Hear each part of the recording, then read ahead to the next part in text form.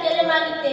پھر آج سچی محبت ہمارے نبی سے کیوں نہیں دکھائی دیتی؟ کیوں ہمارے دل بجھ چکے ہیں؟ ہمارے نبی کی زندگی ہمارے لیے دنیا میں بھی بھلائی کا ذریعہ ہے اور آخرت میں بھی اپنی امت کے لیے کھڑے رہیں گے.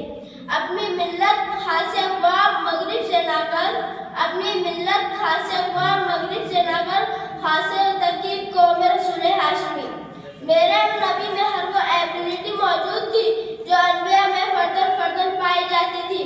میرے نبی میں آدم کا حکم تھا، نوح کی تبلیغ تھی، ابراہیم کا عمل توحید تھا، موسیٰ کا جلال تھا، یوسف کا حسن تھا، اسماعیل کا اعتبار تھا، یحییٰ کی پاک دامنی تھی.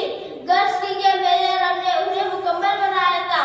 لیکن آج کے دور کے مسلمان میں انانیت اخلاق نہیں تو وہ انسانی نہیں، تو پھر کیسے ہم ہمارے نبی کی امتی کہلائیں گے؟ میرے نبی کا فرمان ہے، جو شخص جب تک ایماندار نہیں ہو سکتا جب تک کہ اپنی اولاد، ماں باپ اور مال و جر سے زیادہ مجھ سے محبت نہ کرے. محمد کی محبت دین حق کی شرط اول ہے. محمد کی محبت دین حق کی شرط اول ہے. اسی میں اگر خامی تو سب نامکمل ہے. آخر میں آپ سب سے صرف اتنا کہوں گا کہ عشق رسول پر قائم رہو. جب یہ جذبہ ہر امتی کے دل میں گھر کر جائے گا تو دنیا کی کوئی طاقت ہمیں اور ہمارے دین کو مٹانے کا سوچ بھی نہیں سکتی. انشاءاللہ تعالی قوت عشق